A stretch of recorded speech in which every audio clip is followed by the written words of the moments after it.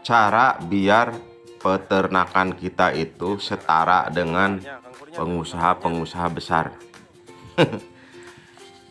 Bismillahirrahmanirrahim. Assalamualaikum warahmatullahi wabarakatuh. Ulaika ala hudam min rabbihim wa ulaika humul muflihun. Bahwa yang namanya kesuksesan itu bukan diukur dari lobana duit, guys.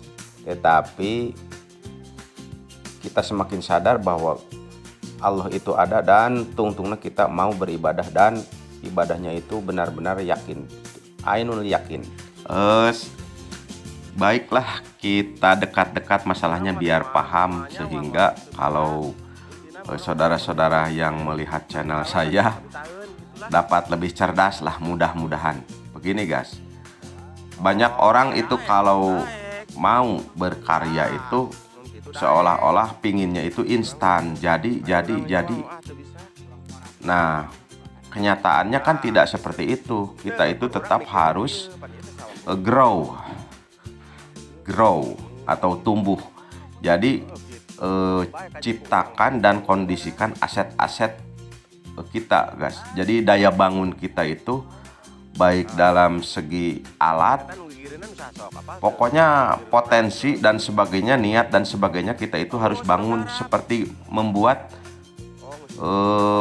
tumpukan ketinggian lah. Jadi diawali dulu dari mulai bawah ya sampai ditumpuk-tumpuk itu, sampai seolah-olah kalau yang namanya sukses itu adanya di atas, begitu guys. Jadi tidak mungkin itu kita membuat bangunan tinggi tanpa di bawah dulu. Nah, sehingga kalau sudah terbentuk, nah baru itu menjadi terasa mudah, begitu guys ya. Ya, diantaranya begini sajalah.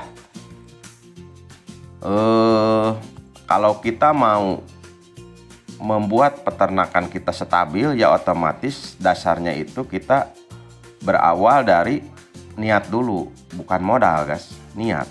Nah, setelah niat ada, kemudian kita kondisikan apa yang kita punya, kemudian apa yang kita tidak punya, begitu. Nah, seperti halnya saya ini, dulu itu ini tempat didiamkan begitu saja, mungkin udah berapa tahun nggak tahu itu ya, karena ini milik orang tua, saya juga tidak begitu memperdulikan karena kan saya juga punya pekerjaan, begitu guys.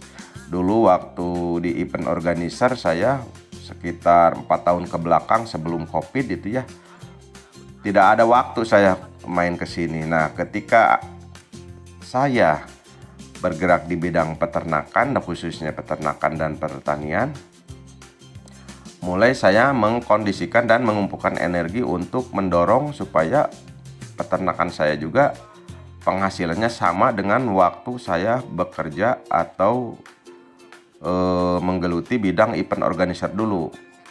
Perlu diketahui bahwa kalau dulu itu ya, waktu saya bekerja di event organizer itu, kalau lagi ada acara atau lagi ada proyek, saya bisa memegang uang terkadang misalkan 40 juta atau 80 juta guys.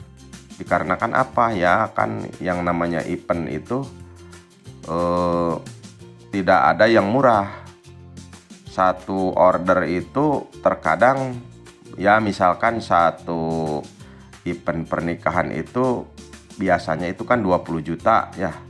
20 juta itu standar, bukan mewah itu guys. Kalau yang mewah itu kan yang di gedung itu bisa 200 juta dan sebagainya dan seterusnya, tergantung kita mendapatkan kliennya.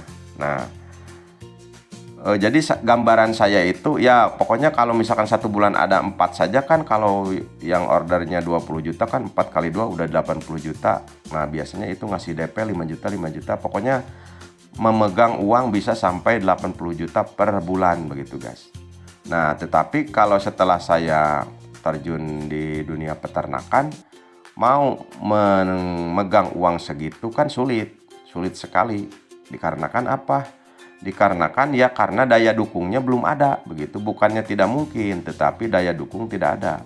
Misalkan begini, kita punya dombanya 100 itu kapasitas ngasih pakan itu kan, domba itu biasanya kan 20% bobot tubuh.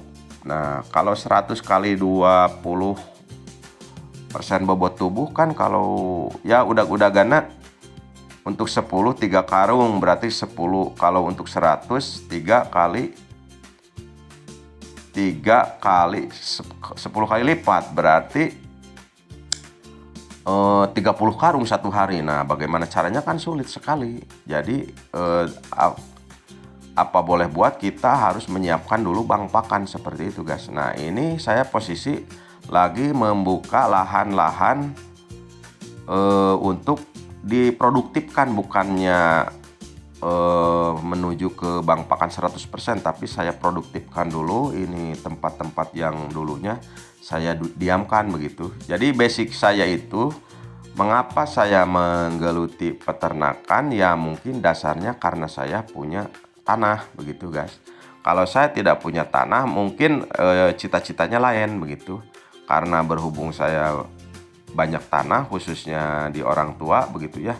Karena saya kan dari kecil itu udah dibawa-bawa sama bapak saya, itu lihat tanah di sana di sini. Jadi intinya karena saya mempunyai niat membuka peternakan teh, karena ya orang tua tanahnya banyak, begitulah logikanya lah.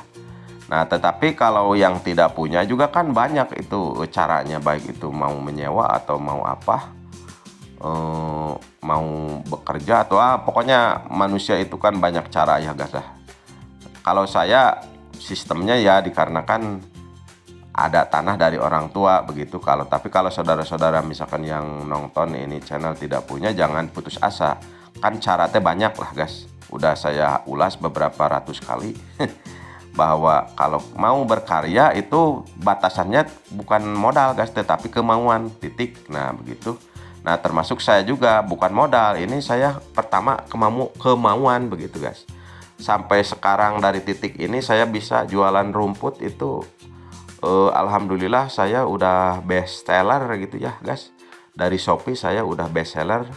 Kunjungi saja tokonya, kan di deskripsi ada. Jadi se-Indonesia itu alhamdulillah saya udah masuk ya sekitar 5 besar penjualan terbaik lah begitu, alhamdulillah guys. Nah jadi kalau mau pesan-pesan rumput mah jangan ragu, ke Arjeta Farm saja, di deskripsi ada, diklik langsung masuk itu. Tinggal pilih-pilih aja mau rumput apa gitu guys. Mudah-mudahan ya kalau punya bibit-bibit rumput kan minimal kita menjadi sejahtera. Jadi kembali lagi ke permasalahan utama tadi ya, berdasarkan judul, kita bangun aset begitu guys. Bagaimanapun caranya kita harus bangun aset. Kalau saya diantaranya ini mengondisikan tanah-tanah yang tidak produktif. Nah ini dibuka ini bukannya mau untuk rumput semata begitu. Nanti ini saya mau membangun tempat ini menjadi subur. Diantaranya di sini kan mengapa didiamkan itu karena tidak ada air guys. Jadi tetap intinya tidak ada air, respon pemerintah tidak ada irigasi, sehingga irigasi ada cuman tidak maksimal gitu guys, karena ya mungkin para petaninya belum begitu respect, itu akan kesulitan. Padahal secara nyata itu kalau dikondisikan gampang sekali. Ini kan kalau kali sudah ada ke sini, cuman sumber air dari sungai itu harus ditarik ke atas, harus pakai mesin pompa. Akibatnya ya nggak tahu, mungkin tidak ada yang ngomong ke atas, ya ngomong ke lamun orang mah ke fraksi apa gitu pertanian ya, atau bagaimana. Yang jelas ini terbengkalai lah, sehingga hektaran ini didiamkan begitu saja, dan tidak terasa ini udah mungkin 5 tahun, mungkin 7 tahun, nggak tahu saya juga. Yang jelas ini dari dulu, dari sejak adanya limbah dari KHTEK itu dulu ya, sampai sekarang itu tidak ditanami, katanya tidak ada hasil terus begitu guys. Nggak tahu lah nanti. Nah kalau sekarang udah mulai berubah dikarenakan kan kalinya sudah ada yang baru begitu guys. Nah sementara itu ini kan didiamkan. Untuk itu saya mau rencananya ini mau membuat sumur, kemudian kita pasang listrik dari PLN. Dengan ini posisi harus nggak modal ini guys. Kalau menurut perkiraan ya sekitar 5 juta malah harus keluar uang guys. Nah, kalau setelah kondisinya ini air gampang karena ditarik di tempat sini langsung disedot ke atas, mudah-mudahan ini ya minimal dapat dikondisikan untuk menanam begitu. Nah, untuk menanamnya itu ya saya belum bisa memastikan apakah mau ditanamin padi atau mau ditanamin rumput. Jadi tergantung nanti saja, soalnya kita itu harus melihat kiri kanan begitu guys. Kalau misalkan ditanami rumput, nah biasanya itu suka banyak tikus begitu guys, karena tikus itu senang di tempat-tempat yang tinggi dan tidak ada air. Kalau ditanamin padi, kemudian di pinggir-pinggir juga kasihan, yang punya sawah itu biasanya terkena imbas tikusnya. Jadi mungkin nantinya itu saya lihat dulu lah, apakah nanti setengah-setengah begitu, setengah rumput setengah padi atau bagaimana. Yang jelas basicnya kita harus bangun aset begitu guys. Kalau tidak membangun aset, wah sulit sekali untuk bergerak dan mendapatkan uang lebih dari standarnya itu guys. Jadi kalau hitung-hitungan sih gampang. Kalau punya domba segitu hasilnya segitu, kalau punya domba segitu hasilnya segitu. Cuman posisinya kita harus membangun terus begitu guys. Ya jangankan di domba, di perusahaan-perusahaan lain juga sama. Misalkan kalau kita bergerak di bidang misal ini ya material aja lah guys. Kalau kita punya material ya otomatis kita harus punya aset juga. Diantaranya kalau misalkan pingin cepat ya otomatis harus ada kendaraan. Kalau yang belanjanya banyak, semakin banyak ya otomatis kendaraannya harus semakin banyak. Bukannya menumpuk-numpuk kekayaan, melainkan kan harus seperti itu begitu guys. Kalau misalkan harus diantarnya dekat-dekat dan sulit-sulit, harus ada roda. Kalau misalkan yang belanja yang sulit-sulit di dalamnya itu banyak, ya otomatis rodanya ditambah, karyawan ditambah, ya terus aja berjalan seperti halnya kehidupan. Jadi intinya kalau misalkan saudara-saudara itu ya yang pemula-pemula mau beternak dan sebagainya, tetap harus membangun aset. Jangan sampai begini guys, ketika kita beternak atau apalah, sama sajalah di semua lini juga sama. Kita beternak punya domba misalkan 5, nunggu saja, nunggu anakan, kita tidak action yang lain, lapur guys, habis waktu. Soalnya apa, nantinya itu tetap akan berada di titik dimana si dombanya teh banyak begitu guys. Nah bagaimana caranya? Ya banyak sekali caranya, diantaranya nah di perjalanan kita harus tahu itu domba ini mau kemana nantinya. Nah kita itu nyari pasar atau nyari orang yang membeli atau bergaul dengan teman-teman sesama peternak, baik itu main atau apalah. Yang jelas nanti itu si domba itu penyelesaiannya itu kemana teh, kita menjadi semakin terbuka luas begitu guys. Apa seperti saya misalkan buat YouTube atau misalkan di Facebook atau marketplace atau ya manualnya atau secara offline-nya ya mungkin main ke tempat-tempat kandang orang lain atau main ke mengetahui bandar teh di mana wae atau dan sebagainya lah guys, atau mungkin mengolah dagingnya, belajar bagaimana, yang jelas berbagai aspek lah seperti itu guys. Jadi tisarusah nanti itu kalau kita hanya sebagai peternak hanya nunggu domba paraban, nunggu paraban, itu monoton guys. Yang namanya monoton otomatis kan satu jalur. Yang namanya satu jalur ya penghasilannya itu aja, kan nanti semakin berat. Jadi seolah-olah kalau tidak membangun aset sulit sekali untuk bergerak guys. Dalam arti majunya sulit. Apalagi kalau zaman sekarang itu hampir semua peternak itu sebenarnya pada pintar dalam mengkondisikan ya merenan daya saing kita juga bertambah. Tetapi itu jangan ditakutkan karena tidak ada rumus kalau banyak peternak kita menjadi sulit menjual, tidak ada guys. Karena manusia teh banyak yang membutuhkan daging teh banyak. Seolah-olah itu mah nomor berapa lah pemikiran seperti itu mah.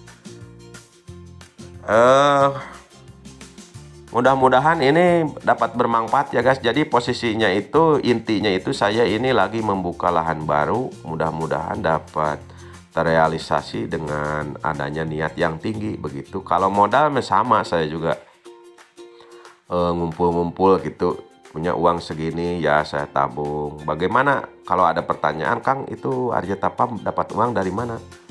Ya sama, nyari lah.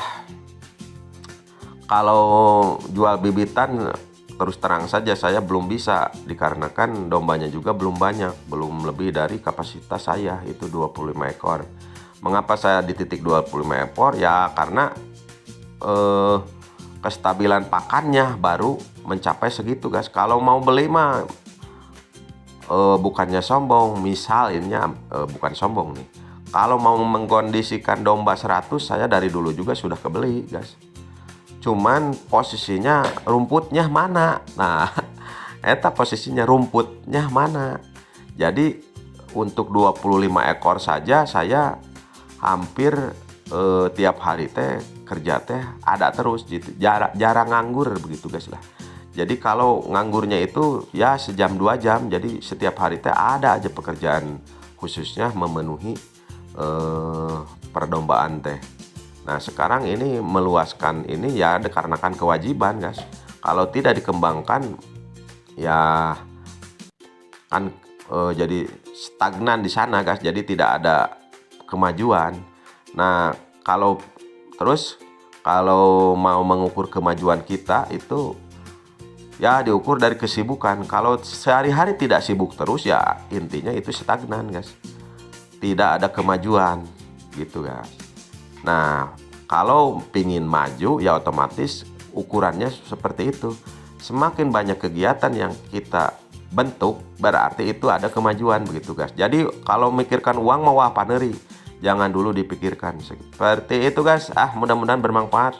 Dari Arja Tapam guys. Salam-salam. Assalamualaikum warahmatullahi wabarakatuh.